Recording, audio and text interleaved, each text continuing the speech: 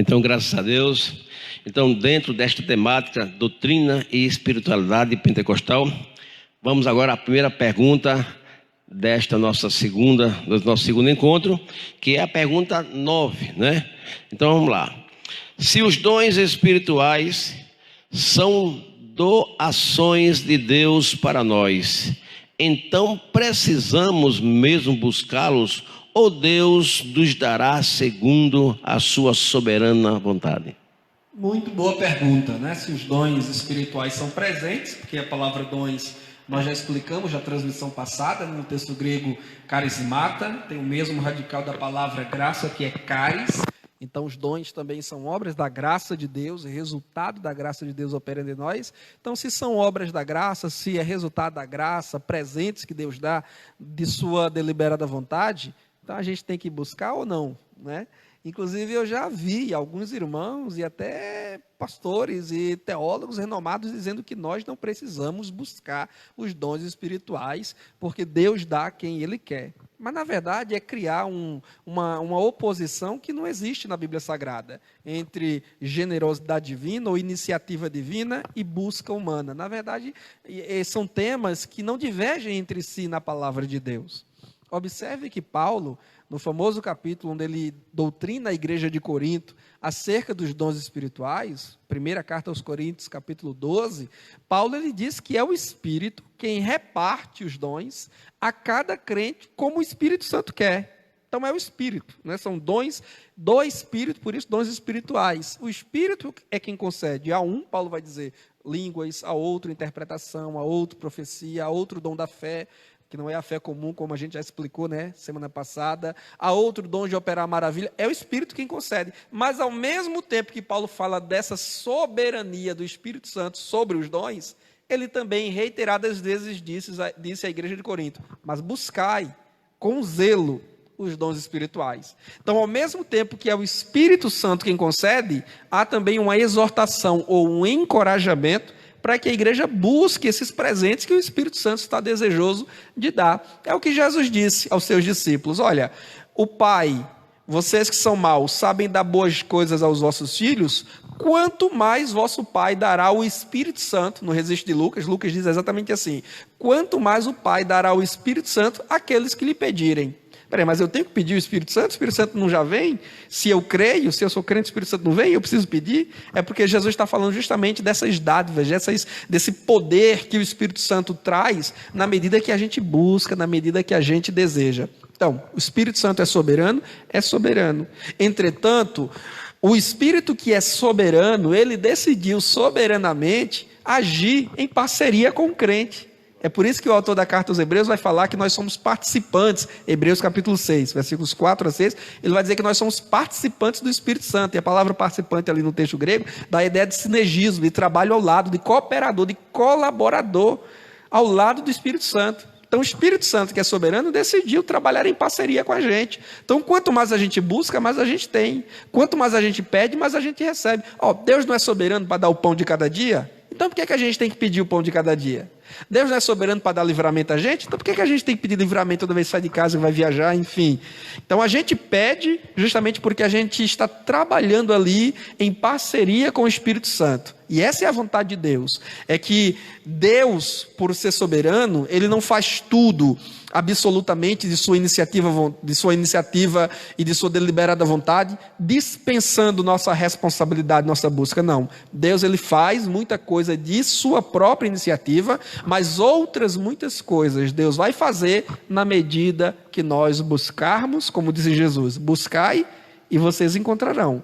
Peçam e vocês receberão. Batam e a porta se abrirá. Então observe, o ato de buscar, de pedir, de bater é nosso. Mas o ato de dar, de responder, de abrir, de alargar os caminhos e dispensar bênçãos é de Deus. Graças a Deus, irmãos.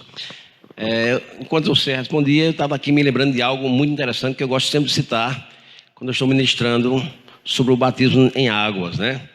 E eu acho que da mesma forma que aquela grande indagação que nós sempre fazemos: quem está com sede, ele pede água ou ele espera que alguém lhe ofereça? Então, pensa assim, é quanto ao Espírito Santo, né? Como está o batismo. Então é o seguinte, se nós temos sede de buscá-lo, então é o seguinte, vamos Vamos em busca, né?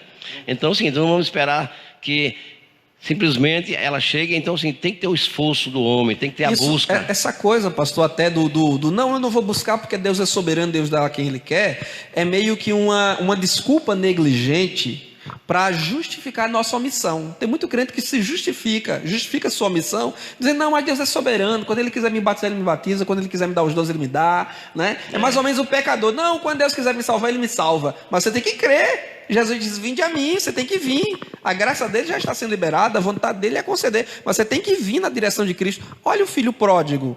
Se o filho pródigo ficasse só, não, meu pai, tudo que eu tinha na casa do meu pai me ama muito, ele vai vir me buscar, ele vai me tirar dessa jeita. Não, ele disse, eu me levantarei e irei ter com o meu pai. Então, o crente não pode ficar justificando a sua aridez espiritual, né? Porque tem muito crente que é árido, é um terreno seco espiritualmente falando, é uma terra seca espiritualmente falando. Não é porque Deus não quer abençoar, não é porque Deus não quer derramar chuva, é porque esse crente não busca. E a Bíblia, ela insistentemente nos encoraja a buscar a Deus, tanto no Antigo quanto no Novo Testamento. Olha o que disse Isaías, buscai ao Senhor enquanto se pode achar, invocai-o enquanto está perto. Mas por que esse Deus que está perto se pode achar, ele não toma a iniciativa de fazer tudo sozinho? É porque ele decidiu soberanamente trabalhar em parceria com o homem. Ele oferece a graça inicial, mas o homem tem que responder a essa graça inicial de Deus. Então nós temos a palavra, nós temos o Espírito Santo, nós temos a igreja, muitos recursos que Deus já dispôs para nós. Agora o que é que a gente tem que fazer? Apropriarmos-nos desses recursos e buscar cada vez mais de Deus para nós. Assim também é o fruto do Espírito.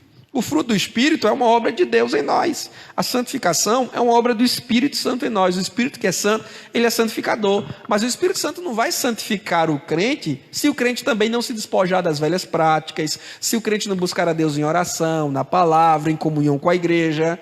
Por que algumas pessoas elas têm um desempenho melhor na igreja do que outras? Embora congreguem na mesma igreja, sejam ensinados pelo mesmo pastor, leiam a mesma Bíblia, participem dos mesmos cultos, muitas vezes até são da mesma família, receberam a mesma criação. Mas por que tem um desempenho tão diferente? É porque um busca mais e o outro busca menos. A vontade de Deus é que a gente busque Ele incessantemente e cada vez mais. Nesse caso aí, tem a proporcionalidade, né? Proporção. Quanto mais busca, mais. É verdade, é verdade. Então, vamos lá. Vamos para a nossa 10ª pergunta. Todo pentecostal é do reteté? Você sabe, pastor, tem uma história engraçada. Alguns anos atrás, uma irmã ligou para mim. Eu não a conhecia e ela deixou claro que também não me conhecia. Ela disse, olha, eu estou ligando para você porque me passaram o seu telefone, recomendação de um amigo e tal, e a gente queria trazer você para você pregar aqui no culto dos jovens, né, festividade dos jovens. Aí antes que eu dissesse sim ou não ao convite, ela disse assim, mas você é pregador do ré para prá, né? Porque pregador para fazer a igreja dormir a gente não quer não. Quando ela me perguntou se eu era pregador do ré para prá, eu confesso para os irmãos, eu procurei um jeito de me esquivar daquele convite.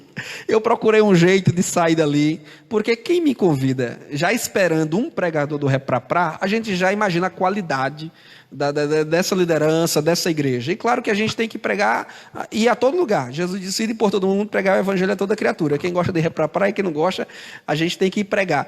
Mas é um fardo muito grande para um pregador que gosta da palavra de Deus, que é pentecostal, mas crê em uma espiritualidade sadia, em um pentecostalismo bíblico. É um fardo para a gente lidar com essas situações de gente que nos convida ou que nos espera para fazer movimentos estranhos, estripulias e outras coisas mais absurdas. Eu não sou pregador do ré para prá, mas eu também acho que não sou pregador que bota a igreja para dormir. Se eu for, o senhor me confirme, né? O senhor é meu pastor, o senhor tem acompanhado meu trabalho.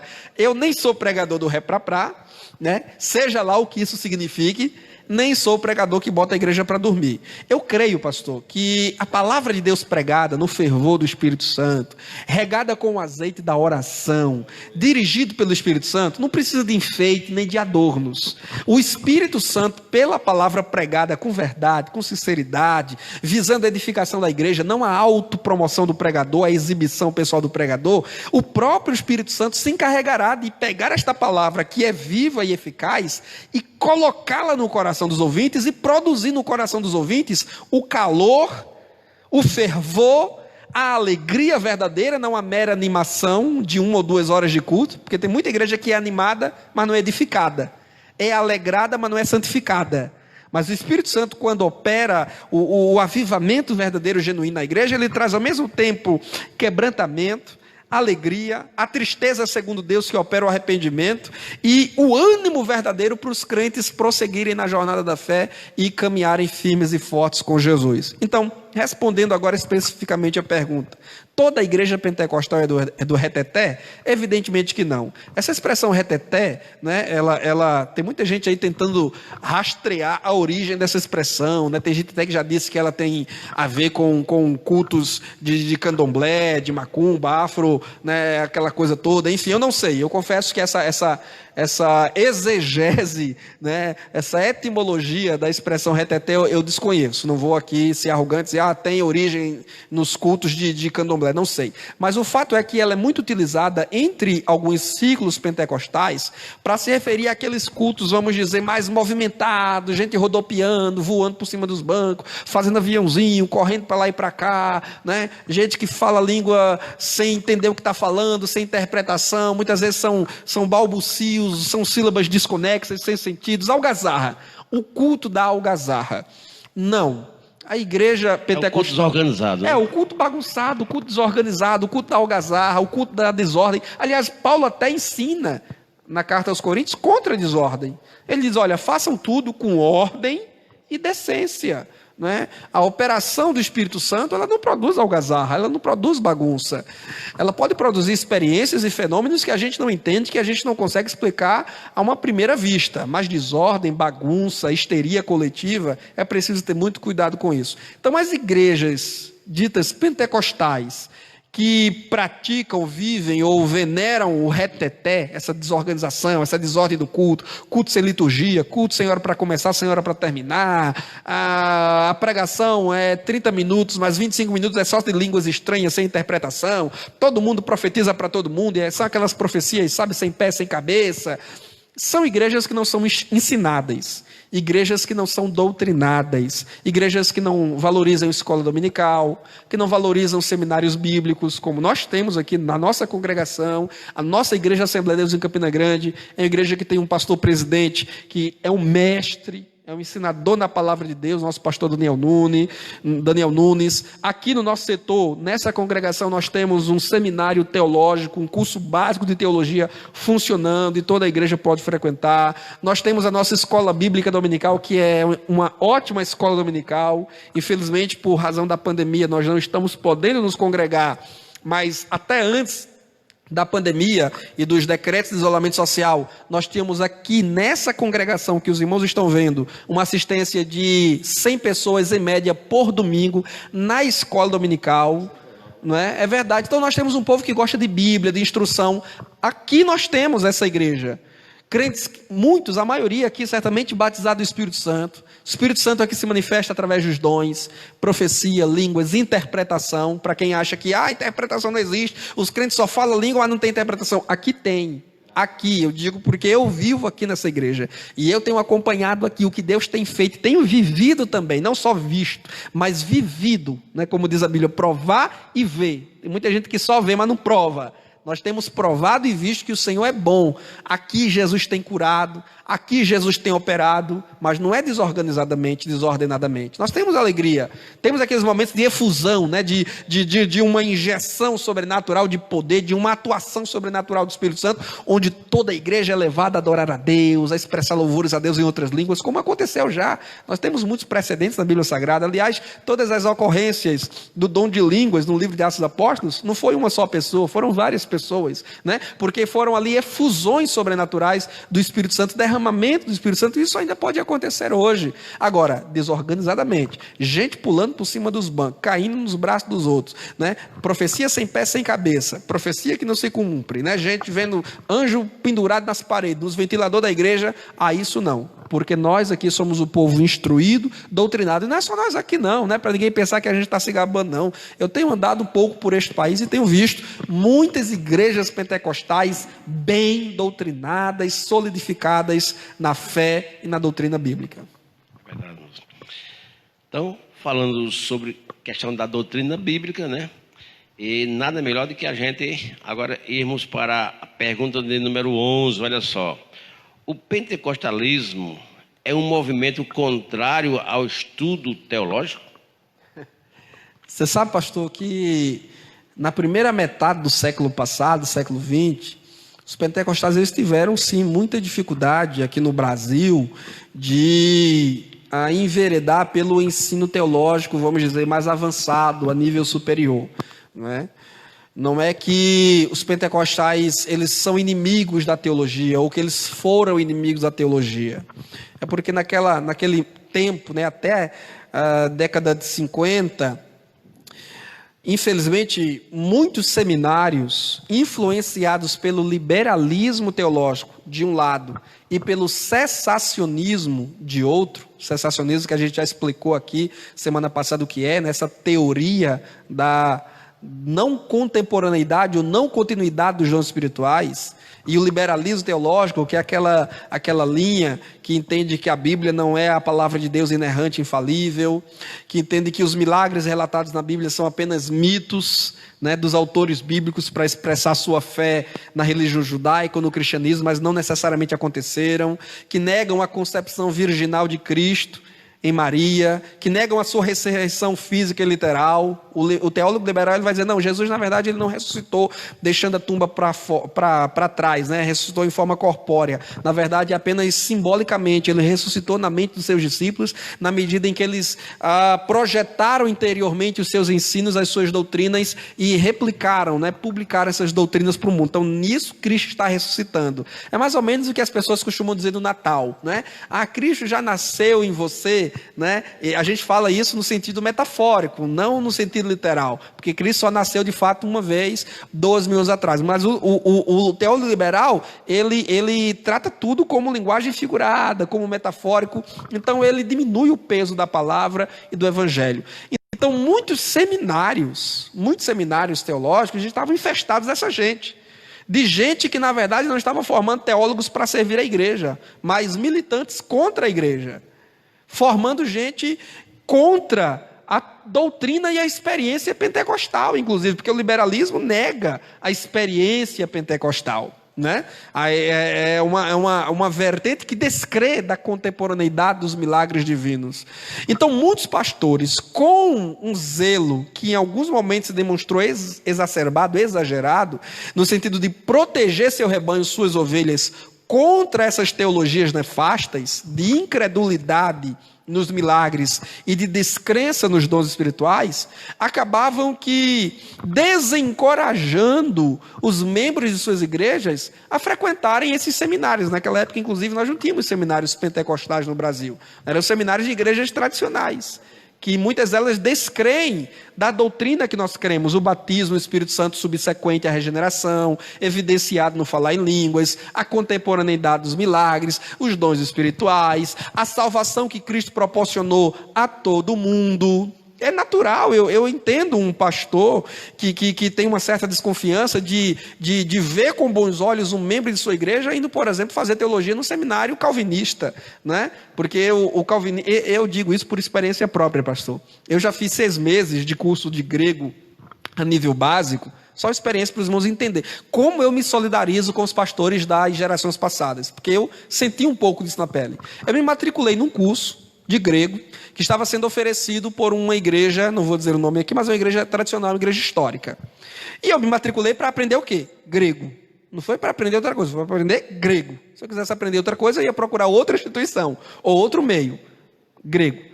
Mas nas primeiras aulas oferecidos nesse seminário de uma igreja tradicional, que se pretendia ser um curso de grego, ele começou a querer colocar na cabeça do aluno uma exegese reformada, uma exegese calvinista. Ele já empurrou logo Romanos 9, que é um texto clássico, que os calvinistas gostam muito de utilizar, para defender a sua tese da eleição incondicional para a salvação. Então, sem nenhuma necessidade, o professor enveredou por esse caminho. Os alunos ali eram muito mesclados, tinha alunos de várias denominações, então se queixaram.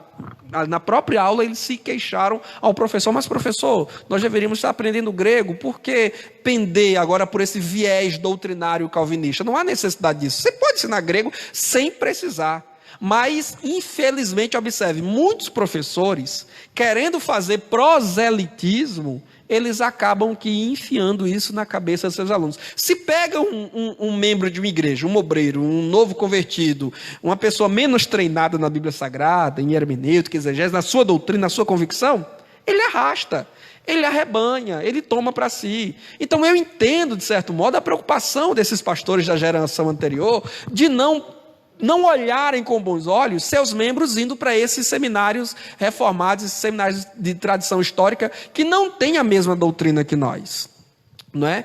Mas hoje essa realidade já é totalmente diferente. Já é totalmente diferente. E dizer que pentecostais não gostam de Bíblia, de teologia, de educação cristã, é ainda olhar a história com retrovisor, é olhar para o passado. Hoje, o maior número de seminários teológicos no Brasil são de igrejas pentecostais, são seminários de igrejas pentecostais. A Igreja Assembleia de Deus mesmo no Brasil, ela tem inúmeros seminários, a gente poderia citar aqui IBAD, IBADEP, CETADEB, ETAD, faculdades aí que ensinam, né, a nível superior, com diploma inclusive reconhecido em MEC, para quem faz questão disso, né, FAETAD, FAECAD e tantas outras, são instituições ligadas à Assembleia de Deus, sem falar de outras denominações pentecostais. Por graça de Deus, eu sou autor de 4 livros publicados, e quem lê esses livros sabe que são livros escritos com boa teologia bíblica ali, né? Nós temos uma editora que é a maior editora evangélica da América Latina, que é a CPAD. Obrigado, pastor. A nossa CPAD, que é a Casa Publicadora das Assembleias de Deus, é a maior editora evangélica da América Latina.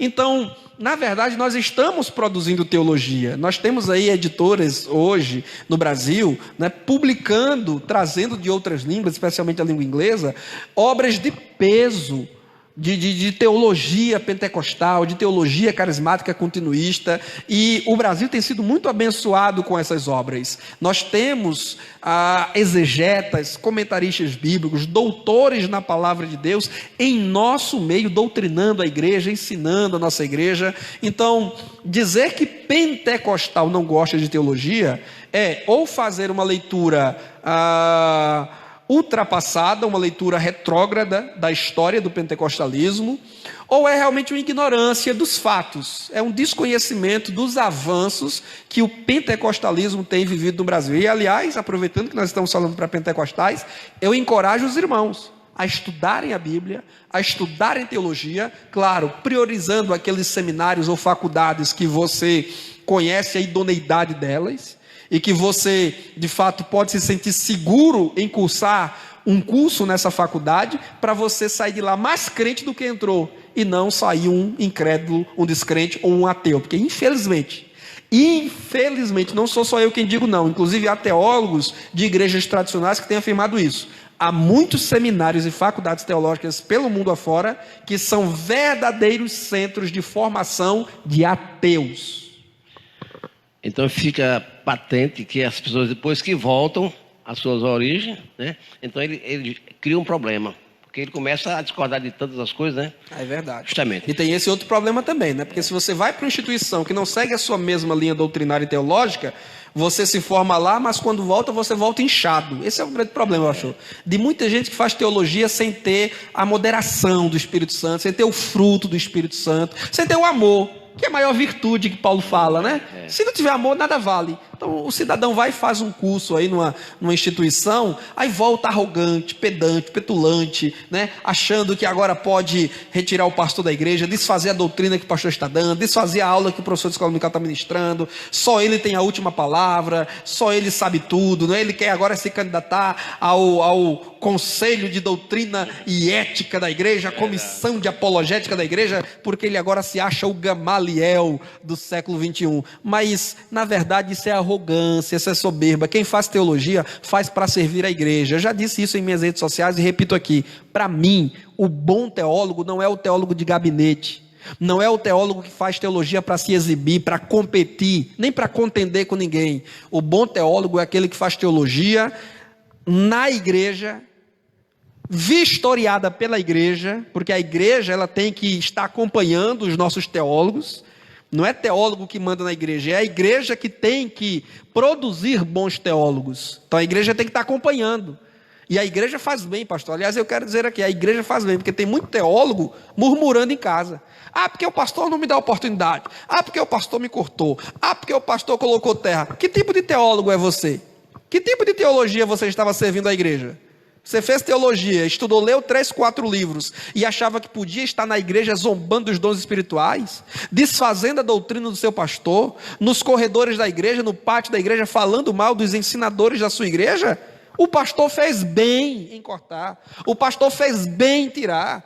O pastor é a maior autoridade na igreja. Jesus não chamou os mestres da igreja de anjo, mas chamou o pastor da igreja de anjo, ao anjo da igreja, conforme dizem as cartas lá do Apocalipse. Então o pastor ele tem que fiscalizar mesmo, porque o pastor é o bispo, ele é o supervisor da igreja.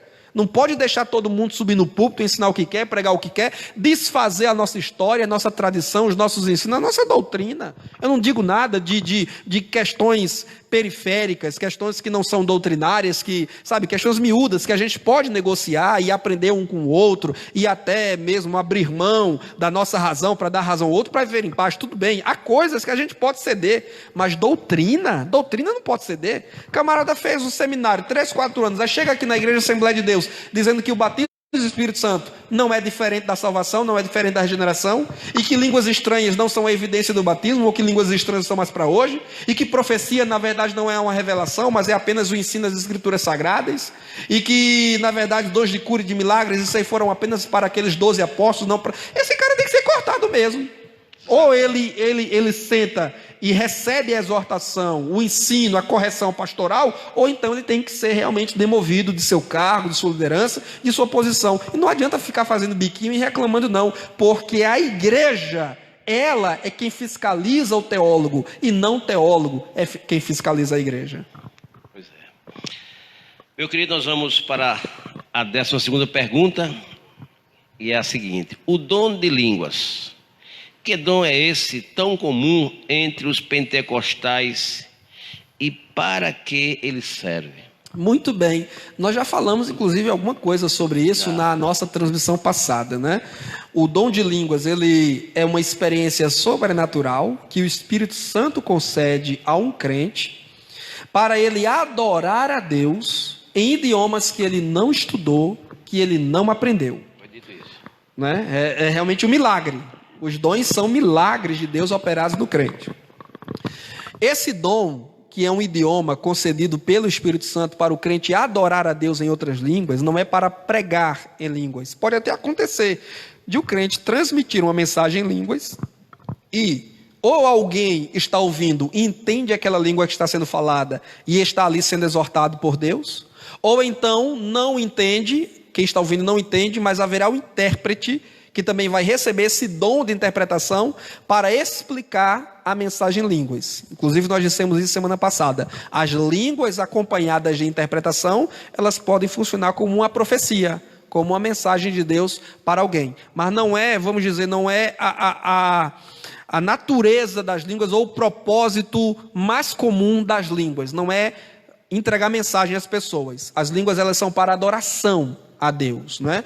Veja que os crentes lá em Atos 2, no cenáculo, no dia de Pentecostes, eles falavam das grandezas de Deus, ou seja, eles adoravam a Deus, os atributos de Deus, as maravilhas de Deus, e quem estava ali perto nem precisou de intérprete, porque eles entendiam, visto que os apóstolos, os crentes estavam falando justamente a língua desses judeus que habitavam em outras regiões do mundo e aprenderam essas outras línguas vernáculas e agora estavam em Jerusalém para a festa de Pentecostes. Então as línguas são idiomas, que podem ser idiomas conhecidos no mundo hoje, idiomas conhecidos no mundo passado. Por exemplo, não há nada, absolutamente nada na Bíblia Sagrada que diga que o crente não pode ser tomado por Deus com dom de falar em línguas, por exemplo, ele começar a adorar a Deus em latim. Latim é uma língua que não se fala hoje no mundo, né? Só no Vaticano, documentos históricos de Roma. Você, quando estuda língua portuguesa, como eu estudei na universidade, você vai aprender um pouco de latim, mas é chamada de uma língua morta, porque não existe nenhum povo no mundo hoje que tenha essa língua como a sua língua vernácula, como a sua língua materna. Não é? Mas você pode. Por quê? Porque o Espírito Santo não pode dotar o crente com a capacidade de adorar a Deus em latim. E, por exemplo, um mestre, nós já temos essas experiências, não é algo estranho, não. Nós temos experiências de pessoas que adoraram a Deus em latim, sem nunca terem estudado, sem nunca terem lido um dicionário de latim, sem nunca terem pisado num curso de linguística, e de repente alguém que estava ali perto era um doutor, que tinha estudado a linguística, que entendia o latim, e que foi de tal modo tocado por Deus, porque Paulo diz que é um sinal para os descrentes, foi de tal modo tocado por Deus, e ficou tão grandemente impressionado com esse milagre. Puxa, uma pessoa leiga, uma pessoa simples. Eu que estudei latim na universidade não falo tão bem, não tenho uma sintaxe, uma organização tão bonita do latim como essa pessoa que visivelmente é um analfabeto. O que pode ser isso? Aí vem o pregador e complementa, explica, como Pedro explicou, como Pedro complementou. Isso é a palavra de Deus se cumprindo. Aí esse pecador, ele vai ser tocado por esse milagre. Por quê, pastor? É preciso entender o seguinte: tem muita gente que vai ser tocado e vai abraçar a fé cristã atraído por um milagre de cura. O senhor conhece, eu também conheço pessoas que foram atraídas à fé, ao Deus de Israel, que é o nosso Deus, tendo contemplado um milagre de cura. Um parente, um amigo que foi curado de uma enfermidade que já estava em estágio terminal, que os médicos haviam desenganado, mas pela oração de um crente, imposição de mãos, ou até uma palavra de ordem de alguém dotado com dom de curas, esse descrente ficou impressionado a tal ponto de dizer: eu quero esse Deus, eu quero esse Cristo, eu quero esse Senhor para mim. E agora está na igreja, crente, serve a Deus.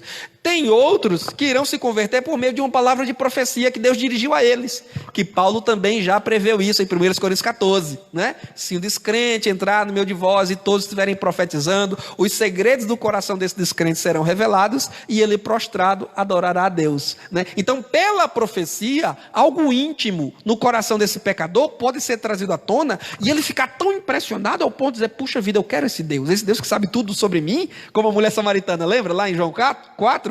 Ela foi para Samaria e disse: venham ver o homem que tem dito tudo sobre mim. Ela ficou impressionada com a revelação. Não é esse o Cristo, o Messias profetizado? Da mesma forma, pastor, alguém pode ficar impressionado e ser levado, ser atraído à fé, contemplando um leigo falando em outras línguas, com desenvoltura, com habilidade que nem mesmo os melhores cursos de línguas poderia oferecer.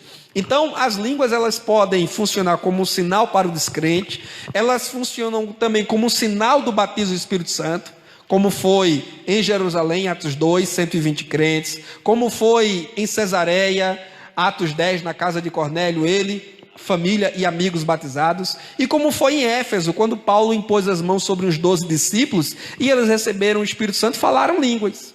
Por isso que nós pentecostais cremos que o batismo do Espírito Santo, ele é evidenciado pelo falar em línguas.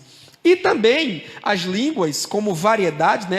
Se não me engano, foi até o pastor José Marques falou semana passada, como variedade, né? Uma diversidade de línguas, que é o que Paulo fala em 1 Coríntios 12, aí justamente esse fluir, né? Essa capacidade sobrenatural que o Espírito Santo, sempre o Espírito Santo, nunca imitação, que isso fique claro, nunca algo aprendido, não tem esse negócio de levar para um quartinho escuro na igreja e ensinar o crente a falar em línguas, não tem seminário de teologia para ensinar ninguém a falar em línguas. Se faz isso, está errando, está distorcendo a doutrina. Na verdade, é o Espírito Santo quem dá o dom, e esse crente agora vai adorar a Deus. E as línguas é um dom muito versátil, porque com as línguas o crente ora, Paulo até fala sobre isso: orarei com a mente, mas orarei em espírito. Com as línguas o crente adora a Deus louvando. A gente falou aqui semana passada sobre o cântico em línguas. Então a gente ora, a gente canta. E com o dom de línguas a gente também pode, mediante a interpretação, entregar uma mensagem a alguém ou a toda a igreja. Então é um dos dons mais versáteis do Espírito Santo. E enfatizo o que disse aqui semana passada: os dons, ou o dom de línguas estranhas, evidencia justamente o caráter multicultural, supraétnico da igreja e a sua chamada transcultural. Porque Deus, dotando a igreja de muitos idiomas, de línguas diversas ou de variedade de línguas, é Deus dizendo assim para a igreja: vocês têm uma vocação missionária. Não foi o que Jesus disse? Vocês serão minhas testemunhas onde? Jerusalém, Judeia, Samaria e até os confins da terra. E nada melhor do que o dom de línguas para evidenciar esse chamado transcultural da igreja. Jerusalém, Judeia, Samaria e até os confins da terra. Muito bem. Meus amados, nós estamos nesta noite aqui na congregação da Assembleia de Deus, Príncipe da Paz, com a temática maravilhosa que fala sobre doutrina e espiritualidade pentecostal. Está conosco nesta noite, nos respondendo, tanto a nós como aos internautas, o nosso evangelista Tiago Rosa, irmãos. E nós vamos para a 13ª pergunta, que é a seguinte: é possível falar a língua dos anjos? Boa pergunta, né? Sempre faz essa pergunta pentecostais, né? É aquela língua lá dos anjos que Paulo mencionou em 1 Coríntios 13. São línguas realmente que a gente pode falar, aquilo ali é uma hipérbole, uma figura de exagero que Paulo está usando. Como é que é esse negócio aí de língua dos anjos? Você sabe, pastor, que esse não é um ponto pacífico, nem mesmo entre os teólogos pentecostais. Há teólogos pentecostais que dizem, olha, na verdade a gente não pode falar línguas de anjos. Essa é apenas uma forma de Paulo dizer que ainda que a gente conseguisse falar, que não consegue, a ideia de algumas pessoas é assim, ainda que a gente conseguisse falar que a gente não consegue, se não tivesse amor, nem mesmo essa coisa tão sobrenatural de falar a língua dos anjos, valeria. Entretanto, eu estou mais afinado com aqueles teólogos que interpretam da seguinte forma: Paulo não está apenas colocando uma mera hipótese inatingível do crente falar em língua dos anjos. Paulo está, na verdade, dizendo o seguinte: olha, ainda que eu falasse todas as línguas de homens e de anjos. Então Paulo, na verdade, não está negando a possibilidade de a gente falar a língua de anjos. Ele está negando ali a possibilidade de a gente falar todas as línguas de homens e de anjos. Mas mesmo que se isso fosse possível, sem amor nada valeria. Você sabe, pastor, que na literatura apócrifa judaica, a língua dos anjos era algo comum, né? Existem livros apócrifos dos judeus, escritos mesmo antes de Cristo vir ao mundo, que fala sobre a comunicação dos anjos, ou a língua dos anjos diferente da língua dos homens.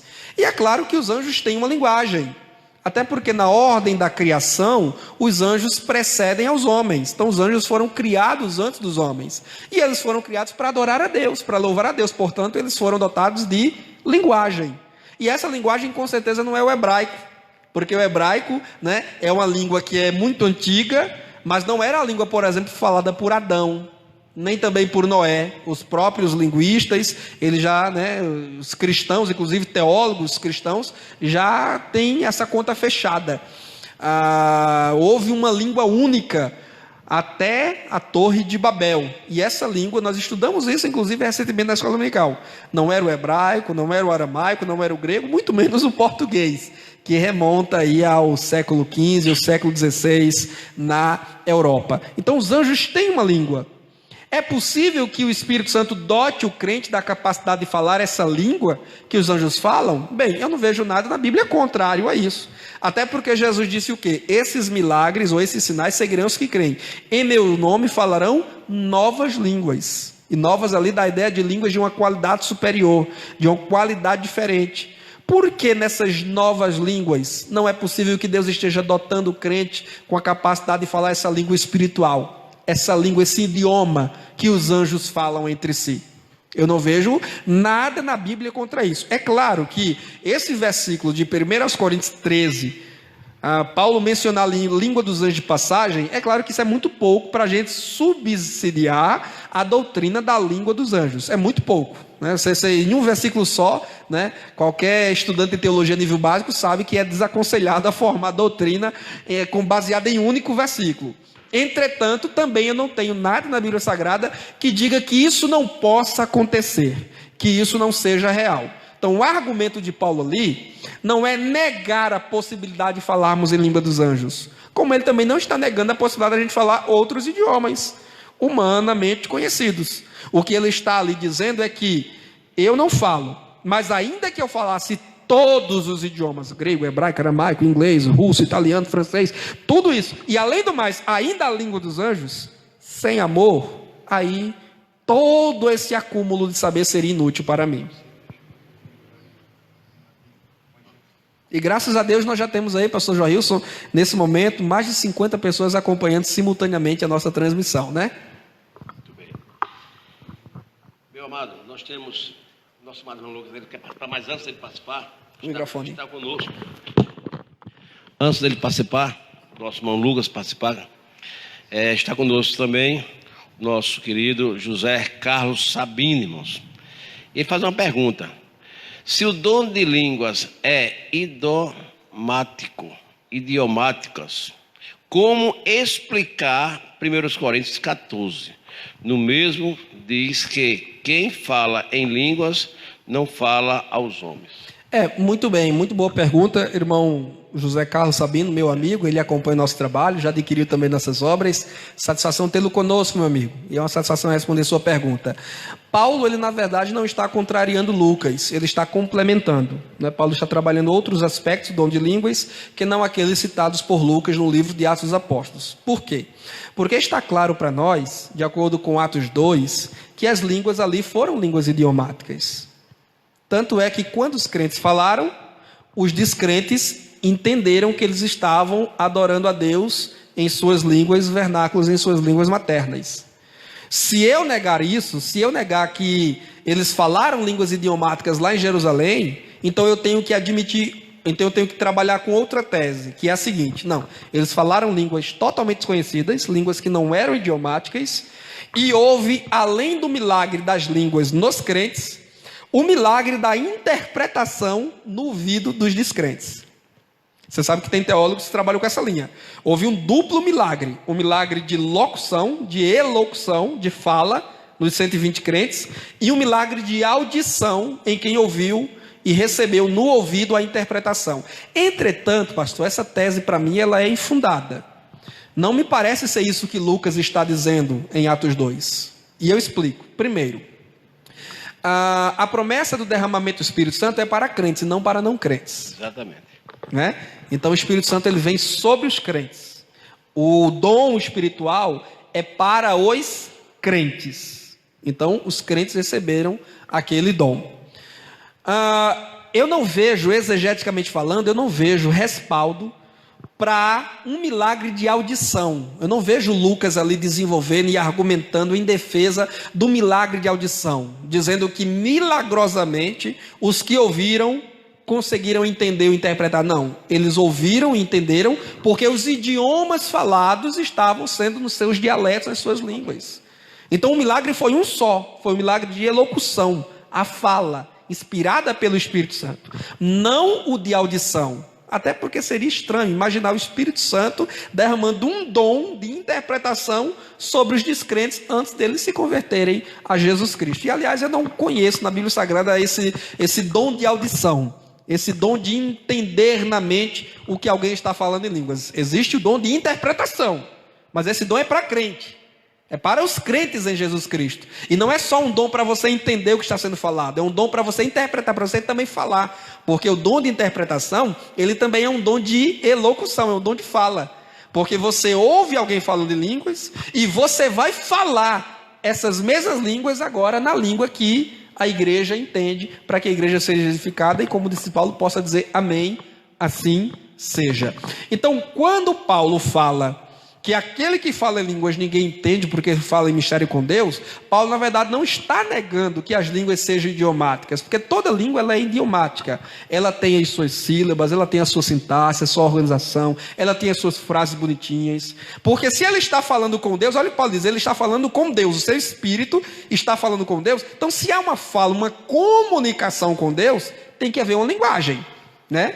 Ninguém fala com Deus sem uma linguagem. Eu não posso chegar aqui, mas o que é babá, né? Você lembra lá do desenho dos Flintstones, né?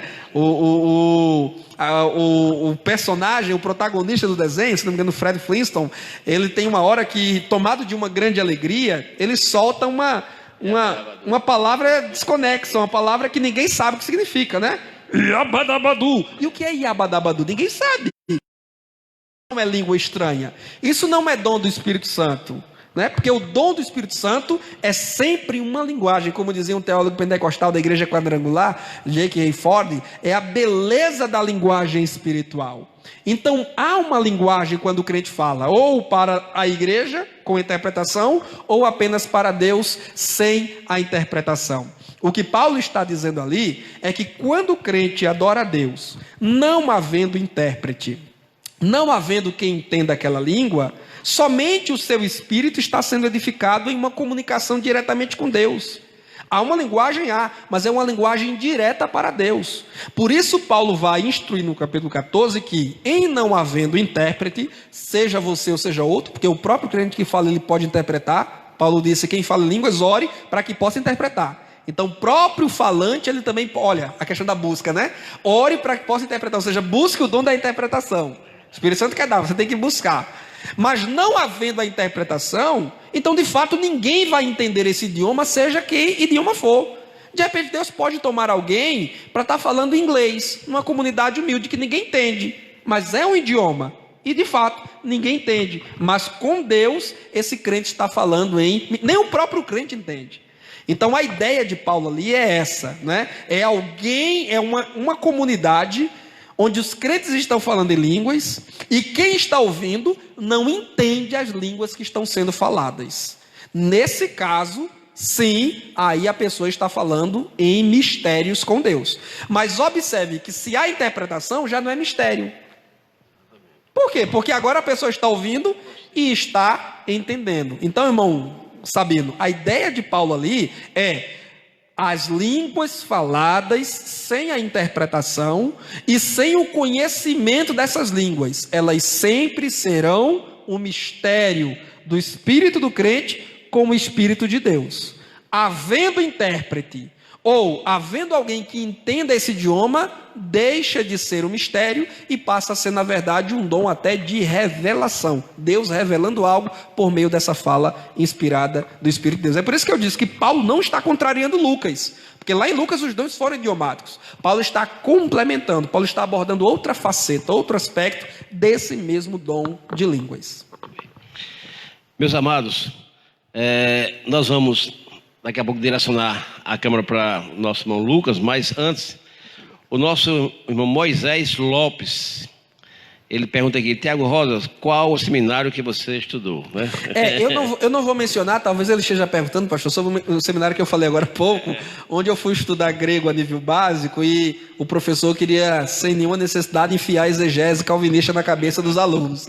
Eu não vou falar, evidentemente, por uma questão de ética, né? Mas se o irmão se refere a outros cursos, por exemplo, eu fiz letras pela Universidade Estadual da Paraíba, aqui em Campina Grande, estudei letras, 5 anos lá dentro, e também fiz teologia, né, livre, não reconhecido pelo MEC, pela instituição que é ligada a uma grande instituição de ensino teológico no mundo, que é a Global University. Inclusive o pastor Antônio Gilberto, de saudosa memória, ele trabalhou para essa instituição nos Estados Unidos da América. Então eu fiz bacharelado livre, né, por essa instituição. Tá bom, meu irmão? Mas aí o curso de grego eu vou deixar isso aí, eu vou levar comigo para a sepultura. Tá bom?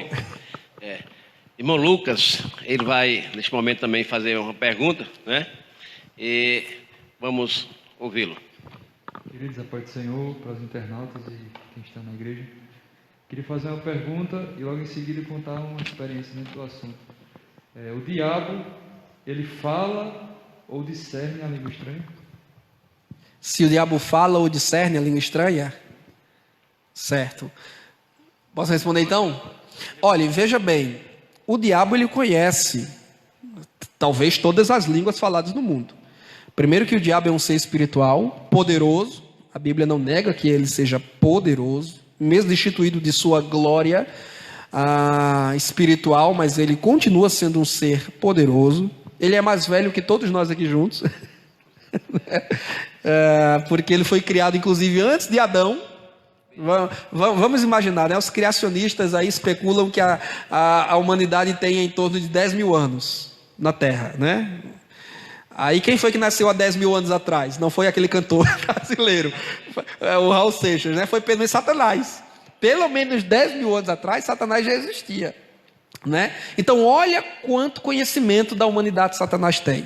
Olha quanto saber acumulado de cultura, de tecnologia, de religião, de filosofia e de linguagem também Satanás tem. Poderoso como ele é, tendo essa mobilidade enquanto ser espiritual, de permear, como ele disse lá a Deus no livro de Jó, perambular, andar por toda a terra, eu não tenho dúvida de que Satanás tenha aprendido muito das línguas, dos idiomas falados no mundo. E que ele, como imitador de Deus, como dizia Lutero, eu acho que eu disse isso aqui semana passada, né? O diabo é macaco de Deus, ele gosta de imitar as coisas de Deus. Ele se aproprie desse saber que ele tenha para imitar o dom do Espírito Santo. Houve um teólogo reformado, nome Jonathan Edwards. Ele foi um homem usado por Deus tremendamente nos Estados Unidos da América, século XVIII, para encabeçar um grande avivamento nos Estados Unidos. E ele disse que quando Deus aviva a sua obra, Satanás também aviva a dele. Entendeu? Então, é comum que Satanás ele se aproprie de pessoas, não é, para imitar, para forjar a glossolalia, ou as línguas estranhas, as línguas desconhecidas. Inclusive, pastor, nós temos muitos casos, viu, Lucas? Que não é estranho, não. Nós temos muitos casos registrados de pastores e até padres que foram expulsar demônios de pessoas, e essas pessoas, possessas de demônios, falavam outros idiomas que elas não conheciam. Já aconteceu comigo. Isso, a própria ciência, as ciências da linguagem já estudaram isso e já falam. Não é só possessão demoníaca, não. Pessoas em um estado terrível de depressão, de perturbação mental. Às vezes não é nem possessão demoníaca. Perturbação mental, elas se põem a falar palavras e expressões de outros idiomas, que de repente elas não estudaram, não aprenderam, mas sei lá, ouviram, aquilo ficou no subconsciente e agora elas meio que estão expelindo aquilo, colocando aquilo para fora. E além do que o próprio homem também, né? O homem é muito engenhoso, o homem pode imitar, o homem pode ouvir, aprender e reproduzir aquilo, né? Então, mas a sua pergunta é sobre Satanás. Então eu respondo que sim, Satanás ele pode aprender outros idiomas, e ele pode falar outros idiomas, e ele pode capacitar pessoas possessas por demônios para falar outros idiomas. Entretanto, que fique claro, isso não é o dom espiritual de falar em línguas. Porque o dom, Lucas, e os irmãos que nos acompanham, não é só a capacidade, pastor, de falar em outros idiomas. Não. Porque se o dom de falar línguas fosse a capacidade de falar outros idiomas, então quem estudou o curso de línguas, que aprendeu inglês, francês, alemão, a gente poderia dizer que essa pessoa agora tem um dom, mas na verdade não é o dom. E assim, por o diabo morar no céu um dia, né, eu acho que ele conhece. Sim, a língua dos anjos, aí evidentemente. Aí eu enfatizo ainda mais o que também? Que quando Satanás dota uma pessoa desses outros idiomas que ele conhece, que ele pode trabalhar ali no corpo dessa pessoa para falar, a natureza desse evento sobrenatural nunca será bom, nunca será puro, porque a natureza boa e pura das línguas, somente o Espírito Santo opera. E quando o Espírito Santo opera, o Espírito Santo leva o crente a adorar a Deus, a adorar a Cristo por meio dessas línguas. Por isso eu enfatizo que a principal característica do dom de línguas é a adoração. Então, se o diabo dotou alguém com a capacidade de falar outros idiomas para proferir xingamentos, palavrões, ofensas contra a nossa fé, ofensas contra Cristo, aí entra o que Paulo diz: ninguém pelo Espírito de Deus diz Jesus Cristo é anátema, ninguém pelo Espírito de Deus diz Jesus Cristo é maldição. Se o camarada está possesso de demônios e está proferindo palavrões, xingamentos em outras línguas, é óbvio, está claro e evidente ali que é uma manifestação imunda de espíritos malignos. E outra coisa mais, eu digo mais: Satanás não dotará alguém dessa capacidade de falar outros idiomas para essa pessoa adorar a Deus, reconhecer a Cristo como Senhor e a Ele servir de verdade. Não vai. Sabe por quê? Porque Jesus disse assim: um reino dividido não prosperará. Satanás não luta contra Satanás. Os demônios não lutam contra Satanás. O reino dele é muito organizado. Então Satanás não vai dotar alguém com uma capacidade sobrenatural para essa pessoa agora amar a Cristo, adorar a Cristo, servir a Cristo. Satanás quer manter as pessoas presas no engano. Ele pode usar de engano para manter as pessoas afastadas da verdadeira doutrina e do verdadeiro Cristo. Mas dotar as pessoas de um poder para essas pessoas conhecerem a Cristo e se aproximarem mais de Cristo, não. Satanás cita a Bíblia, ele citou o Salmo 91 para Jesus na tentação, mas qual era a intenção de Satanás? ensinar Jesus, instruir Jesus, fortalecer Jesus com a palavra de Deus, não. O intuito de Satanás era usar a palavra mal interpretada como um pretexto para Jesus pecar. Então Satanás pode fazer isso hoje, dotar as pessoas de um poder para fazer essas pessoas pecarem e mantê-las distante de Deus. Nunca para, de fato, promover uma adoração genuína ao Senhor Jesus. E a palavra, contando experiência bem rápida, minha mãe, ela foi uma mulher que ela se demoniou muito, né? E eu ia com os pastores na casa dela, ela namora comigo. E um certo dia eu cheguei na casa da minha mãe e chegando lá, o diabo começou a quebrar tudo, ficava igual uma cobra no chão. E o diabo começou a falar: eita filho, me chamar de filho. Filho, você está aqui, eu te amo. E eu comecei a me emocionar. É aí que eu entro na parte de cultos, né, de profecias. O diabo começou a me chamar de filho e começou a dizer o que Deus tinha na minha vida, como se o diabo fosse Deus. Filho, tu lembra naquele dia, filho, que eu fazia isso, eu tenho promessa na tua vida. E eu comecei a chorar. E quando eu comecei a chorar, tinha uma missionária do lado que sabia o que estava acontecendo, eu inexperiente. Ela olhou para mim e falou: meu filho, isso é o diabo. E eu desacreditei dela e até não acreditei na hora que era o diabo. Só que eu estava chorando muito. E quando ela falou: filho, isso é o diabo começou a rir da minha cara.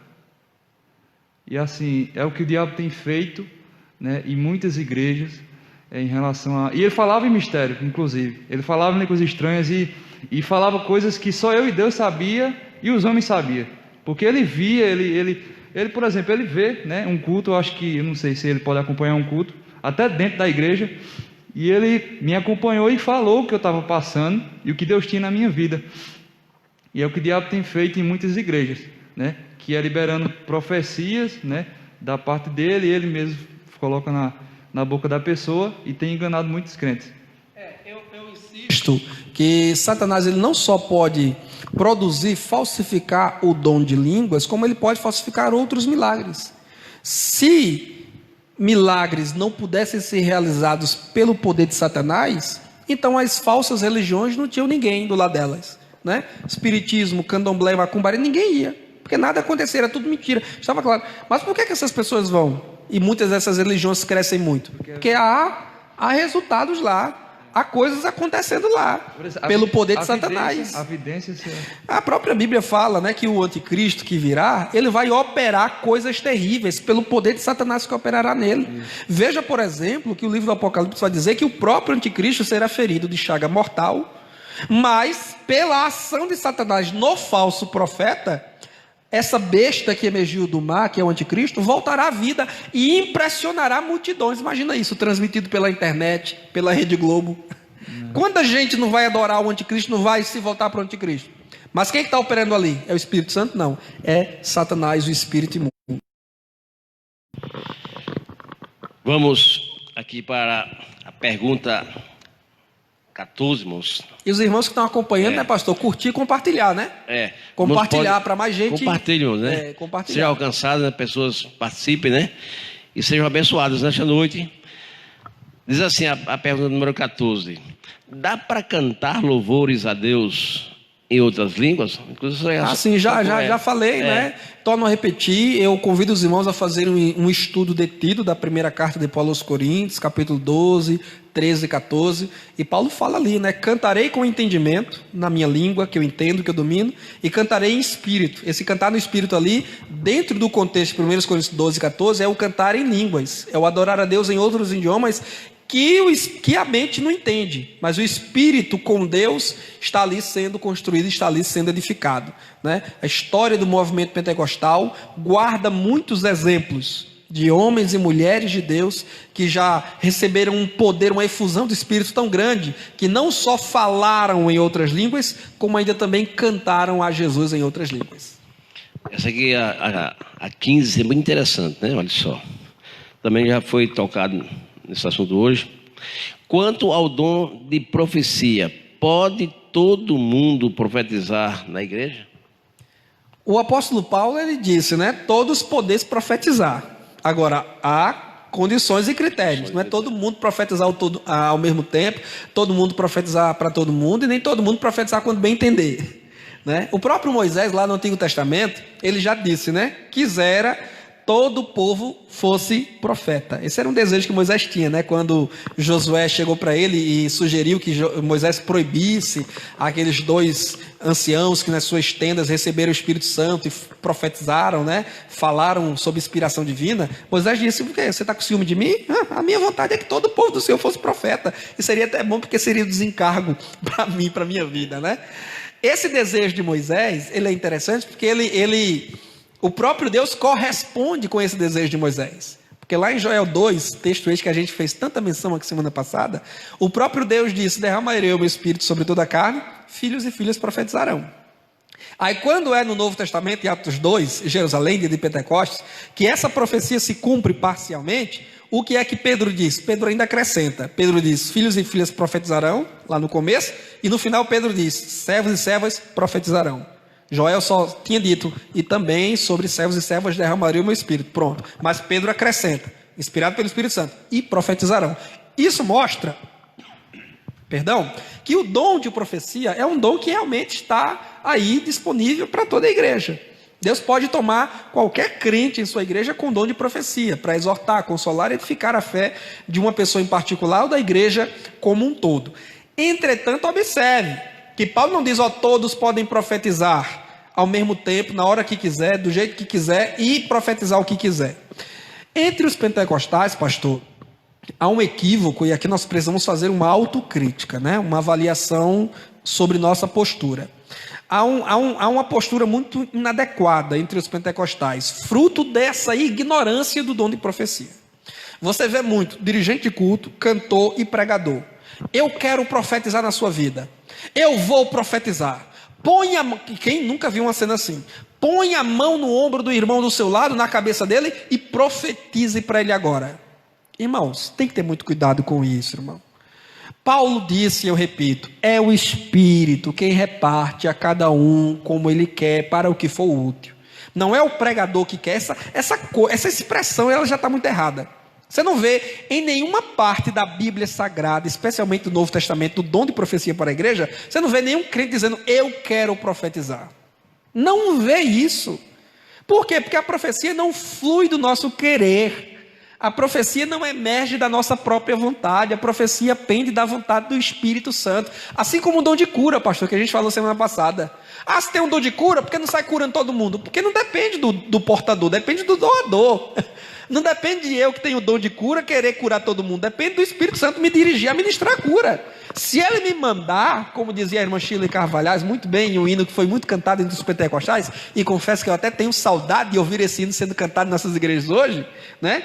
Se me mandar, tem um hino dela que ela fala justamente sobre a manifestação do Espírito na igreja, o poder, os dons e tal. E tem um trecho que ela diz assim: se me mandar, estendo a mão e o morto se levanta. Se me mandar. Então, se Deus me mandar, você vai, gente. É como diz o pastor Josué Brandão, né? Se Deus mandar você sentar, no Olhense tem cadeira, sente.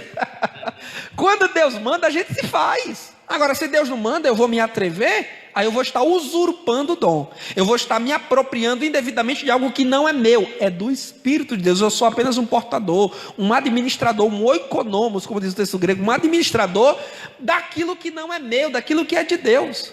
Então, da mesma forma, é a questão da profecia. A gente tem que parar, irmão, com esse negócio de eu quero profetizar. Não, eu profetizo se Deus está me revelando, porque a profecia, ela é serva da revelação. Não há profecia se não houver revelação. Toda profecia é a fala inspirada pelo Espírito de Deus, mediante uma revelação interior também do Espírito de Deus. Então, o Espírito Santo revela algo no nosso coração, sobre alguém, sobre a igreja, sobre a realidade. E agora ele vai colocar as palavras na nossa boca para a gente falar o que ele revelou. Mas sem a revelação, a profecia não é profecia, é desejo. É desejo. Então você quer desejar o bem a alguém, e que nós devemos desejar mesmo, porque Paulo ensina em Romanos 12, né? Que a gente deve desejar o bem e não o mal para as pessoas, abençoar e não amaldiçoeis. Então eu vou dizer, eu desejo. Aí você pode desejar. A gente pode desejar bênçãos, pastor, para o nosso povo todo dia. Eu desejo para o Senhor, pastor, bênçãos, amém, saúde. Eu desejo que o Senhor continue com os cabelinhos pretinhos. Eu desejo que o Senhor viva 120 anos. É o meu desejo, é que o Senhor viva 120 anos e com saúde. Não é carcomido, velhinho, geminão. É com saúde. Como Caleb, lembra Caleb? Então, é o que eu desejo para o Senhor. Graças a Deus. Mas eu não posso chegar aqui e dizer, olha, eu profetizo 85 anos na sua vida. Cheio de... Não posso, Deus me revelou? Se Deus me revelou, eu falo. Falo e não te calo. Se Deus me revelou, eu falo. Agora, Deus me revelou isso? Então eu não posso dizer, eu profetizo. Porque profecia, escute isso, irmão pentecostal. Profecia é palavra de Deus na boca do crente. Quando o crente diz eu profetizo, ou Deus me revelou, ou Deus me manda te dizer, ele tem que ter certeza de que Deus revelou mesmo. Porque senão, ele vai estar mentindo, enganando e persistindo neste erro, ele terá um sério encontro com o juízo de Deus. E quando nós vemos as pessoas agirem dessa forma, o que é que acontece? Ele diz que Deus falou, sem Deus ter falado, e gera-se um problema grande. Tem muita gente triste, deprimida, ansiosa, desanimada, porque receberam falsas profecias em nome de Deus, que não se cumpriram e agora estão colocando a culpa em Deus. Mas a culpa não é de Deus, porque tendo o Senhor falado, ele não confirmaria, tendo ele determinado, ele não cumpriria. Se não se cumpriu, se não aconteceu, é por duas razões. Primeiro, ou a profecia era verdadeira, mas condicional à sua fé e obediência, e você não esteve em obediência e fé, e portanto não recebeu o que Deus prometeu condicionalmente. Ou então a profecia foi de homem, mentirosa. O profeta estava sob engano, e você foi enganado, porque não usou o discernimento de espírito. Eu vou fazer as duas perguntas agora tudo junto, 16 e 17, olha só. Ainda existem revelações verdadeiras em nossos dias? O que dizer das lives,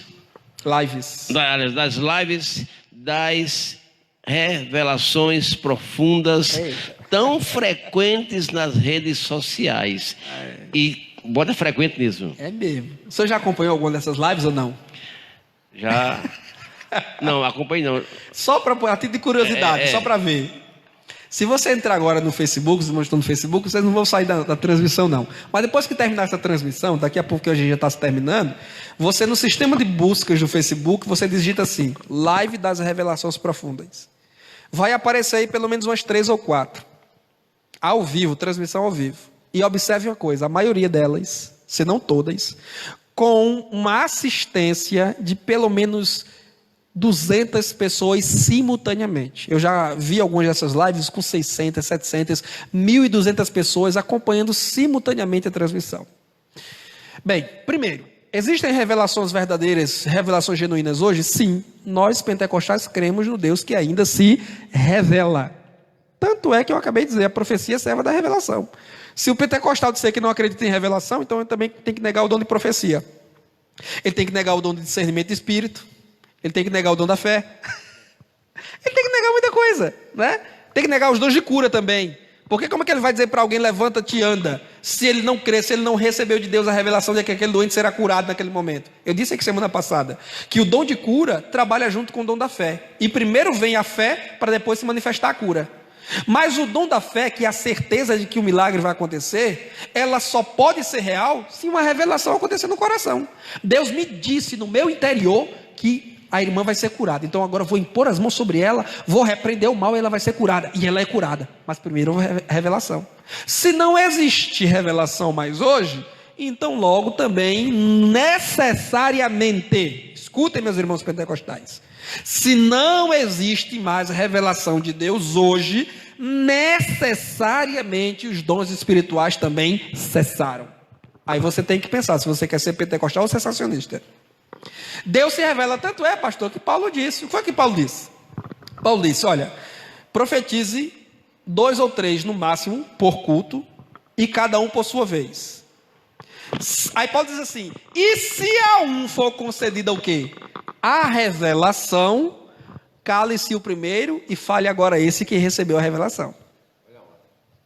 Além de Paulo estar falando de ordem, de organização, para que o culto seja inteligível, compreensível, não uma balbúrdia e não um reteté desorganizado, desordenado. Além dessa ordem que Paulo está estabelecendo no culto, sob o Espírito Santo, pelo Espírito Santo de Deus, ele também está instruindo a revelação.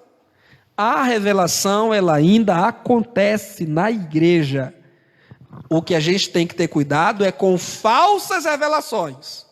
Ah, eu fui no inferno, como tem uma missionária, um amigo outro dia ligou para mim, pastor, e disse assim: irmão Tiago, eu estou assistindo aqui um testemunho tremendo do missionário no YouTube. Eu digo, conta aí o testemunho, irmão, da missionária. Ele disse: irmão Tiago, nesse sotaque mesmo, né? Irmão Tiago, a missionária, olha, é coisa tremenda, irmão Tiago. Ela já foi ao céu 7 vezes e ao inferno 15 vezes.